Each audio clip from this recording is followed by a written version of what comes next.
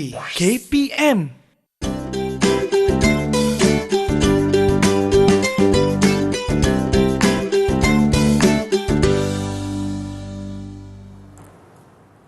Assalamualaikum dan salam sejahtera. Anda bersama dengan saya Azhar Hilmi. Kita berada dalam pentaksiran Bilik Darjah Didik TV KPM. Dan yang paling penting sekali, saya harap semua anda yang sedang menonton pada ketika ini berada dalam keadaan baik, sihat dan sejahtera. Untuk hari ini, kita nak fokuskan kepada perbincangan kita berkenaan dengan PBD dalam pendidikan moral. Daripada tingkatan 1, 2 sehinggalah tingkatan 3. Tetapi persoalannya, siapa yang nak kongsi dengan kita ni? Jom kita saksikan dulu profil guru ini.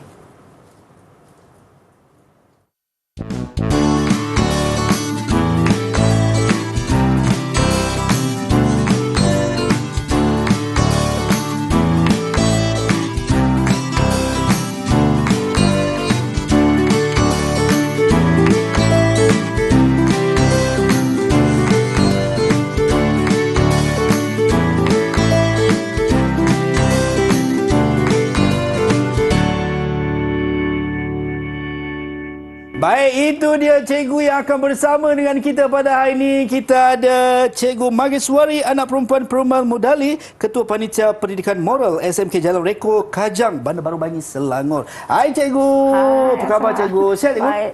Suara serak sikit. Wah, serak-serak basah ni rock cikgu. Okey. Okey, baik cikgu. Dalam masa yang sama kita tidak berdua sahaja cikgu, sebab kalau berdua pasti ada yang ketiga. Kita bersama dengan jurubahasa isyarat kita. Kita ada Cikgu Suhana Fazil daripada Sekolah Menengah Pendidikan Khas Vocational Kuantan Pahang. Ini untuk memudahkan murid-murid berkeperluan khas dan juga mereka yang berkeperluan khas untuk memahami apa yang kita sampaikan. Baik cikgu, untuk hari ini apa yang kita nak fokuskan berkenaan dengan PBD dalam pendidikan moral ni cikgu? Okey, sebenarnya hari saya nak berkongsi mengenai pelaksanaan pentaksiran bilik darjah ataupun dikenali sebagai PBD bagi mata pelajaran pendidikan moral tingkatan 1, 2 dan 3. Jadi saya ingin berkongsi apa pengalaman saya dan juga sebagai panduan kepada guru-guru di luar sana di mana mereka boleh menjadikan sebagai, mereka mendapatkan idea untuk melaksanakan pentaksiran bilik darjah ni di sekolah masing-masing. Baik, itu dia cikgu. Saya tak nak lengahkan masa lagi cikgu. Saya terus serahkan kepada cikgu. Okey, terima kasih Azhar. Silakan. Okey, jadi hari ini kita akan membincangkan atau saya ingin berkongsi mengenai pentaksiran bilik darjah PBD Pendidikan Moral tingkatan 1, 2 dan 3 kepada guru-guru di luar sana. Okey, dan pertama sekali kita akan tengok apa yang dimaksudkan dengan pentaksiran bilik darjah ataupun PBD. Okey, saya pasti ramai cikgu sudah mengetahui tentang maksud PBD, tetapi mungkin ada guru-guru yang baru di luar sana yang baru mengambil bertanggungjawab untuk mengajar pendidikan moral. Jadi saya ingin berkongsi mengenai maksud PBD ini kepada guru-guru tersebut. Okey, PBD ini adalah satu proses penilaian atau pentaksiran yang dijalankan secara berterusan dalam PDP, dan perlu diingat ia bukan dalam bentuk peperiksaan ataupun ujian. Jadi mungkin ada yang salah anggap bahawa PBD ini dikatakan sebagai ujian ataupun peperiksaan. Sebenarnya ia merupakan satu pentaksiran yang dilaksanakan sama ada di dalam bilik darjah ataupun di luar bilik darjah. Okey, dan pentaksiran ini akan memberikan satu gambaran yang jelas kepada guru terutamanya mengenai penguasaan murid terhadap standard pembelajaran dalam kurikulum. Jadi kita seperti yang kita tahu, dalam setiap satu unit dalam pendidikan moral ini ada standard pembelajaran dan juga standard kandungan. Jadi dengan melaksanakan pentaksiran PBD ini, kita akan dapat tahu bagaimana penguasaan murid terhadap setiap SP dalam SK ataupun standard kandungan, Dan pentaksiran ini dapat membantu guru dan ibu bapa merancang tindakan susulan ke arah menambah baik penguasaan dan pencapaian murid dalam pembelajaran. Mungkin daripada pencapaian yang dilakukan oleh guru di dalam kelas, jadi ini akan dapat memberikan satu panduan secara tidak langsung untuk mengambil tindakan susulan sekiranya pencapaian murid tersebut tidak begitu memuaskan. Okey. Jadi hari ini saya akan berkongsi dengan guru-guru di luar sana mengenai tajuk bidang 2, iaitu hubungan antara diri, komuniti dan masyarakat, terutama dalam buku teks kita boleh nampak unit 9, iaitu hargai alam warisan kita. Dan terutamanya saya akan membincangkan tentang standard kandungan 3.4, iaitu lindungi alam sekitar. Dan apa yang kita akan belajar ataupun apa saya telah memilih 3 standard pembelajaran daripada standard kandungan ini, iaitu mengenal pasti peranan masyarakat. Yang kedua, kita akan mengkaji kesan aktiviti manusia terhadap keseimbangan alam sekitar, dan 3.4 ini 4.6 ini mengamalkan tingkah laku ke arah melindungi alam sekitar. Ya Azhar, jadi untuk segmen pertama ini yang saya akan tunjuk. Okey, jadi kita akan teruskan kepada segmen kedua selepas ini. Baik, itu dia cikgu. Kita dah tahu berkenaan dengan standard pembelajaran, dan dalam unit 9 tadi cikgu kata kita akan fokuskan kepada hargai alam warisan kita cikgu ya. Tapi anda semua jangan ke mana-mana, kembali selepas ini dalam Pentaksiran Bilik Darjah Didik TV KPM.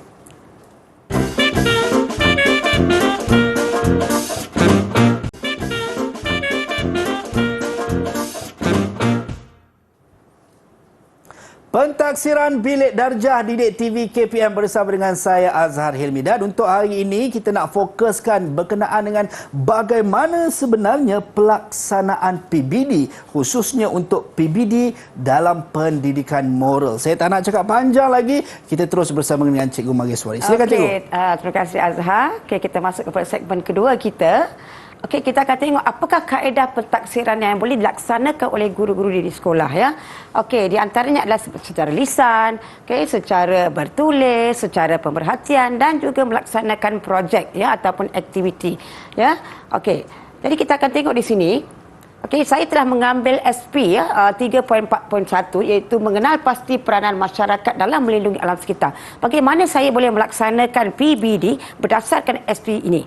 Okey, jadi saya telah memilih cadangan kaedah pentaksiran, iaitu lisan dan juga bertulis. Okey, sebenarnya pada peringkat awal untuk murid-murid kita akan tanya soalan yang lebih mudah ya. Okey. Okay, cadangan aktiviti seperti lisan ni, apa yang kita boleh bagaimana kita boleh mengaplikasi lisan ni dari sisi soal jawab, okey, perbincangan, memberi respons dan juga memberi respons secara lisan. Okey, contohnya mungkin guru akan bertanya soalan kuis atau soalan-soalan ringkas ya, di mana daripada hasil pembelajaran yang telah diajar oleh guru berdasarkan kepada SP pertama. Okey. Okey, contoh ya, seperti murid akan angkat tangan bila guru bila guru bertanya soalan kepada murid, macam mana kita nak tahu sama ada murid ini dia tahu atau tidak, atau memahami atau menguasai SP tersebut bila didapat menjawab. Tak kisah sekiranya mereka dapat jawab dalam perkataan yang ringkas, mudah, tetapi menunjukkan mereka memahami intipati kandungan akademik tersebut ya. Okey. Okey, sekarang kita akan tengok satu video bagaimana guru bertanya soalan kepada murid dan bagaimana murid memberikan respon ya. Mari kita saksikan bersama video tersebut. Okey, murid-murid, hari ini kita akan belajar mengenai bagaimana kita dapat melindungi alam sekitar kita. Okay, semua tahu kan betapa pentingnya alam sekitar? Okey, kan betul. Okey, jadi saya nak tahu, apa saya nak tahu? Bagaimana awak akan menjaga alam sekitar? Siapa boleh jawab? Okey, jadi bagaimana awak menjaga alam sekitar? Mengekalkan 5R. Okey, mengekalkan 5R. Ada tak satu lagi nak cuba? Kita bagi pada Kiti. Okey, Kiti. Okey, menanam pokok. Bagus, respon Raja. Okey, kita akan sambung lagi. Apakah intipati yang kita akan bincangkan selepas ini? Okey. Okey, itu nak menunjukkan satu video bagaimana guru berdasar kepada mungkin SP yang telah diajar, jadi guru boleh bertanya kepada murid sama ada untuk mengetahui mereka dapat memahami atau menguasai tajuk tersebut ya. Okey, seterusnya mereka boleh melaksanakan dalam bentuk perbincangan ya. Perbincangan di mana kita berikan satu tajuk, guru memberikan satu tajuk ringkas, dan berdasarkan tajuk tersebut murid dapat berbincang bersama-sama. Dan ini kita dapat menunjukkan bagaimana pada masa yang sama mereka dapat memupuk nilai kerjasama semasa mereka berbincang, dan mereka boleh ini boleh membantu mereka menjana idea. Okey, pelbagai idea. Okey, cadangan aktiviti yang seterusnya adalah cadangan aktiviti di mana kita untuk bertulis, iaitu murid boleh diberikan dalam bentuk latihan bertulis ya. Okey, membuat peta minda, melukis peta iting, dan juga menulis dan juga membuat pembentangan. Ya, kita akan tengok bersama bagaimana kita dapat laksanakan aktiviti ini. Okey, contohnya guru memberikan satu tajuk berkaitan dengan SP yang telah diajar oleh guru, dan daripada tajuk tersebut mungkin kita minta murid untuk membuat peta minda ataupun peta IT sesuai berdasarkan tajuk yang diberi ataupun isu yang diberi kepada murid tersebut. Okey, kita nampak gambar di sini bagaimana mereka berkumpul dan mereka melaksanakan aktiviti tersebut, ya. Okey. Dan kita nampak hasil daripada perbincangan tadi, okey, bagaimana mereka dapat berjaya untuk membuat pembentangan. Okey, hasil daripada penjanaan idea daripada beberapa rakan mereka, okey, mereka dapat membentang idea mereka, dan ini juga pada masa yang sama dapat memupuk nilai keberanian dalam diri murid tersebut kerana mereka perlu tampil di hadapan untuk bersuara, ya, untuk mengatakan jawapan mereka. Sebab kita dapati ramai murid di sini malu untuk tampil ke hadapan untuk memberi jawapan dan sebagainya. Okey. Okey, kita akan tengok satu video bagaimana murid membuat perbincangan dalam kumpulan. Mari kita tengok bersama. Silakan. Okey, kita nampak di sini bagaimana murid dibahagikan kepada beberapa kumpulan yang kecil, yang sebaiknya kalau boleh dalam 4 hingga 5 orang, ya, dalam satu kumpulan. Ini bergantung kepada bilangan murid dalam kelas tersebut, dan kita berikan apa saja alatan yang diperlukan kepada mereka dan mereka boleh membuat perbincangan. Okay, kita tunggu bagaimana mereka dapat menghasilkan, ya, perbincangan daripada penjanaan idea ataupun daripada apa yang telah mereka pelajari atau fahami daripada SP tersebut. Ya. Ya. Okey. Okey, dan kita akan tengok bagaimana murid dapat membuat pembentangan, ya, pembentangan. Okay, mari kita tengok bagaimana murid membuat pembentangan. Video seterusnya. Perangai saya menjaga alat kita adalah gunakan buku supaya untuk mendapatkan oksigen terlebih. Okey. Jadi dekat sini kita nampak bagaimana murid tersebut tampil ke hadapan dan berani memberikan jawapan. Tak kira sama ada jawapan itu betul ataupun tidak. Ini menunjukkan bahawa kita dapat memberikan, ya, pencapaian ataupun kita dapat menilai pencapaian murid itu dari segi kerjasama mereka, dari segi contohnya tanggungjawab untuk menghasilkan peta minda tersebut dan juga idea yang ditonjolkan. Okey. Okay, sekarang kita akan tengok satu video hasil daripada perbincangan kumpulan tadi, bagaimana mereka dapat membuat catatan daripada hasil daripada pelbagai kumpulan. Okey, dipersilakan video seterusnya.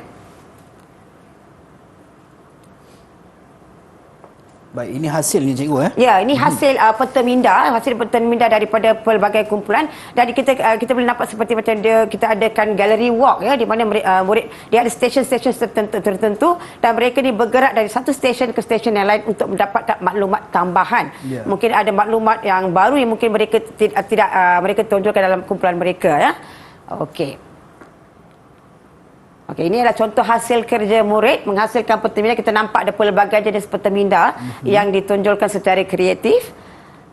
Okey, seterusnya saya telah mengambil SP 3.4.4 yang berkaitan dengan kesan aktiviti manusia terhadap keseimbangan alam sekitar. Untuk tajuk ini, okey, saya telah memberikan beberapa cadangan aktiviti seperti bertulis, membuat pembentangan dan juga pemerhatian. Sebab ini melibatkan penjanaan idea. Pelajar murid perlu tahu bagaimana sesuatu kesan dalam aktiviti manusia, bagaimana aktiviti manusia ini boleh menjejaskan keseimbangan alam sekitar.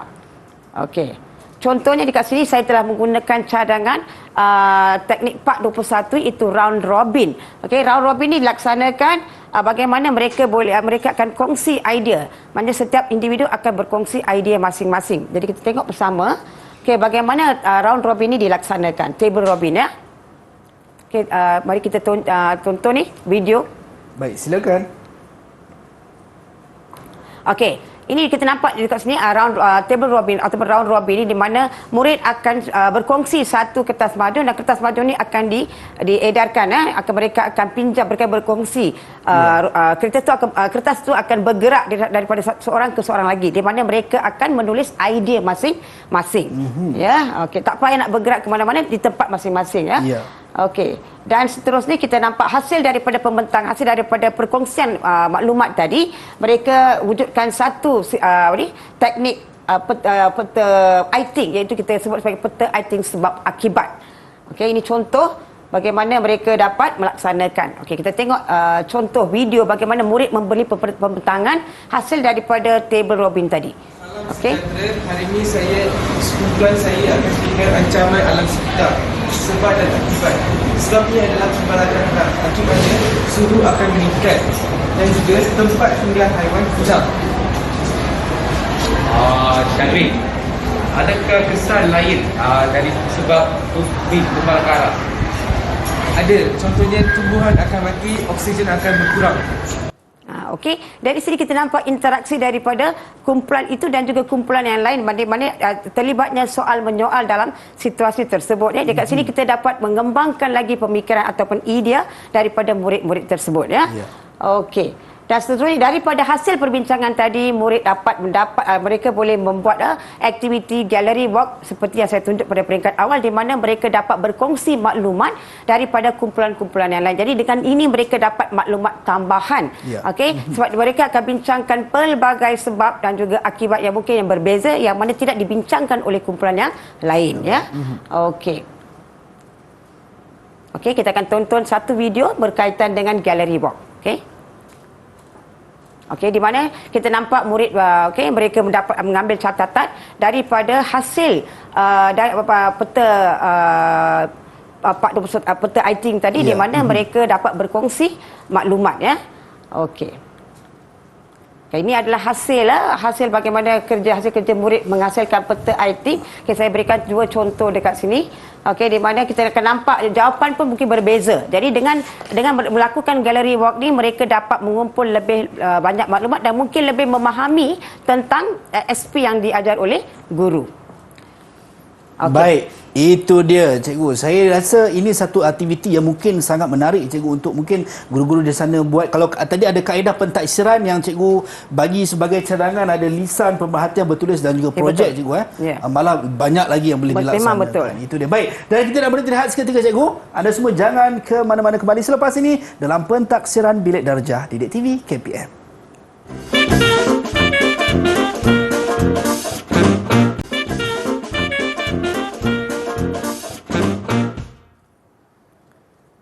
PBD dalam pendidikan moral yang sedang kita fokuskan pada ketika ini untuk pentaksiran Bilik Darjah Didik TV KPM bersama dengan saya Azhar Hilmi dan cikgu kita, Cikgu Mageswari, dan juga jurubahasa isyarat kita ada Cikgu Suhana Fazil. Baik cikgu, kita tak nak lengahkan lagi masa, kita nak teruskan kita punya kelas kita hari ini. Silakan. Kita masuk kepada segmen ketiga kita. Baik. Iaitu saya akan sentuh tentang SP 3.4.6 berdasarkan mengenai mengamalkan tingkah laku ke arah melindungi alam sekitar. Ini lebih kepada aspek perlakuan murid, perlakuan moral. Okay? Bukan sekadar hanya untuk menguji PBD terhadap hanya sekadar bertulis ataupun untuk membentang dan sebagainya, tapi kita juga boleh melaksanakan seperti aktiviti projek, di mana hasil dari projek tersebut mereka boleh bentangkan hasil dan ini dapat dijadikan sebagai satu pemerhatian kepada murid-murid yang lain sebagai panduan ataupun contoh. Baik. Ya.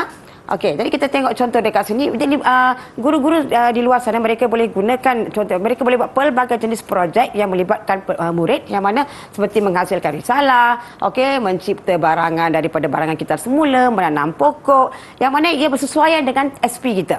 Okey, di sini kita nampak bagaimana murid ni mereka menghasilkan risalah berkaitan dengan gotong royong perdana yang melibatkan juga di mana bagaimana kita dapat melindungi alam sekitar kita kan. Ya. Okey. Seterusnya kita nampak sini contoh hasil kerja murid risalah gotong royong perdana. Ini kita dapat menimbulkan kreativiti murid. Okay, bagaimana mereka boleh menghasilkan satu risalah, bagaimana mereka boleh kaitkan SP ini dengan menghasilkan satu risalah. Apa kegunaan risalah tersebut? Ya. Okey, dan seterusnya mungkin mereka akan dapat menampal di belakang kelas, ya, jadi sebagai pemerhatian bagi murid-murid yang lain. Okey, contoh yang lain di mana kita boleh buat projek seperti projek kita semula, yang mana ini saya nampak contoh di mana pelajar menggunakan kemeja tea yang terpakai dan mereka hasilkan bag, ya, mereka hasilkan sebagai satu bag daripada kemeja tea yang dah tak digunakan lagi. Ini menunjukkan kreativiti mereka, dan dekat sini kita nampak di mana mereka menghasilkan dalam bentuk berkumpulan, ya. Dan menunjukkan dekat sini kerjasama. Mungkin mereka dapat memahirkan dari segi komunikasi mereka, dari segi komunikasi mereka, dan juga dari segi untuk bagaimana mereka dapat mencongkil idea-idea kreatif untuk menghasilkan sesuatu.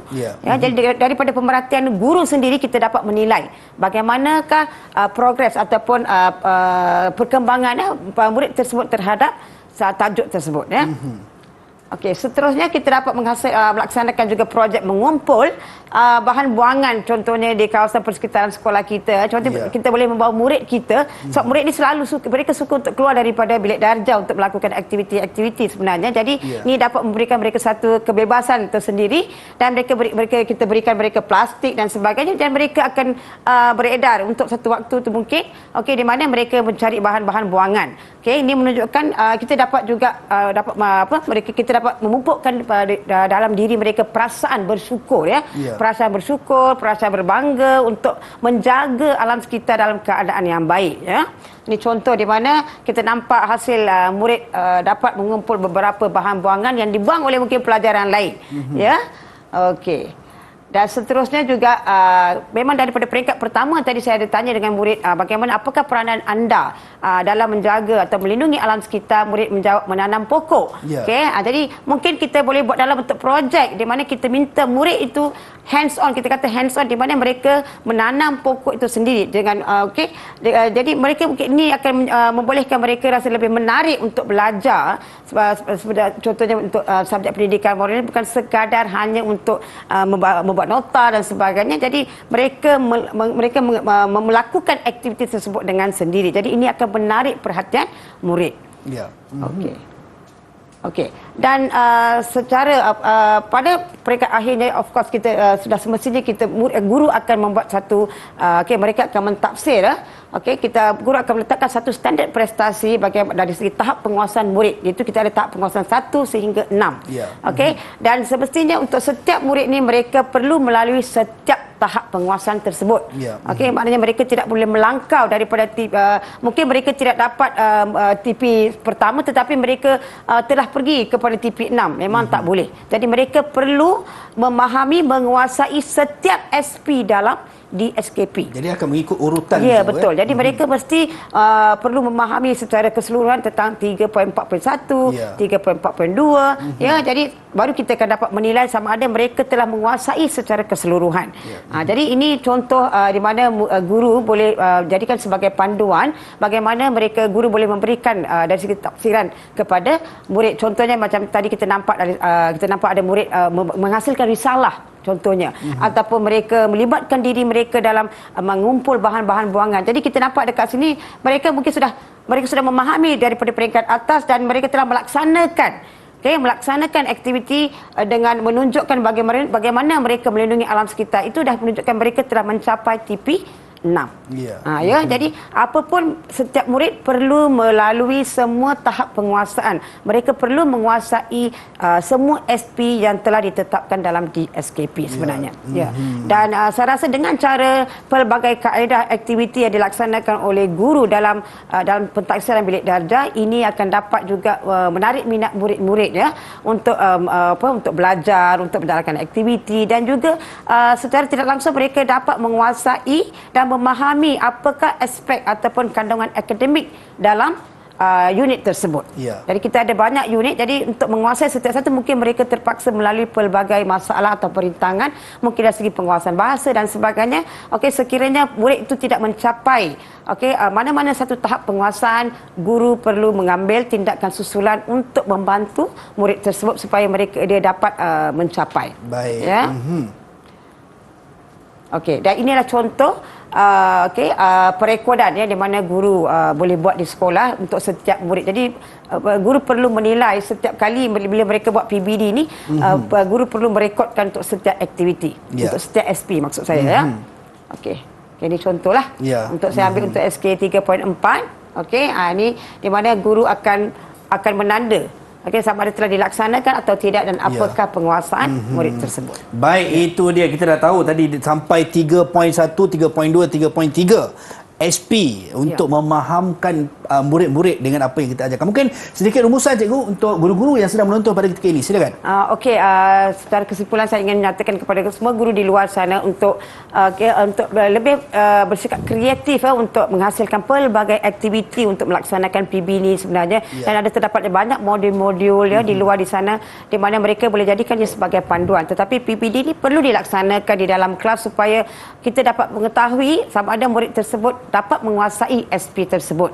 Ya, itu dia. Baik, kita nak ucap terima kasih kepada Cikgu Maheswari, dan ini mungkin sedikit sebanyak mencambahkan lagi idea untuk guru-guru di luar sana untuk melakukan PBD, pentaksiran bilik darjah ini. Kita nak ucap terima kasih sekali lagi kepada Cikgu Maheswari, anak perempuan Perumal Mudali, Ketua Panitia Pendidikan Moral SMK Jalan Reko Kajang, Bandar Baru Bangi Selangor, dan juga jurubahasa isyarat kita Cikgu Suhana Fazil daripada Sekolah Menengah Pendidikan Khas Vocational Kuantan Pahang. Sampai berjumpa lagi di lain masa dan di lain ketika. Assalamualaikum dan salam sejahtera.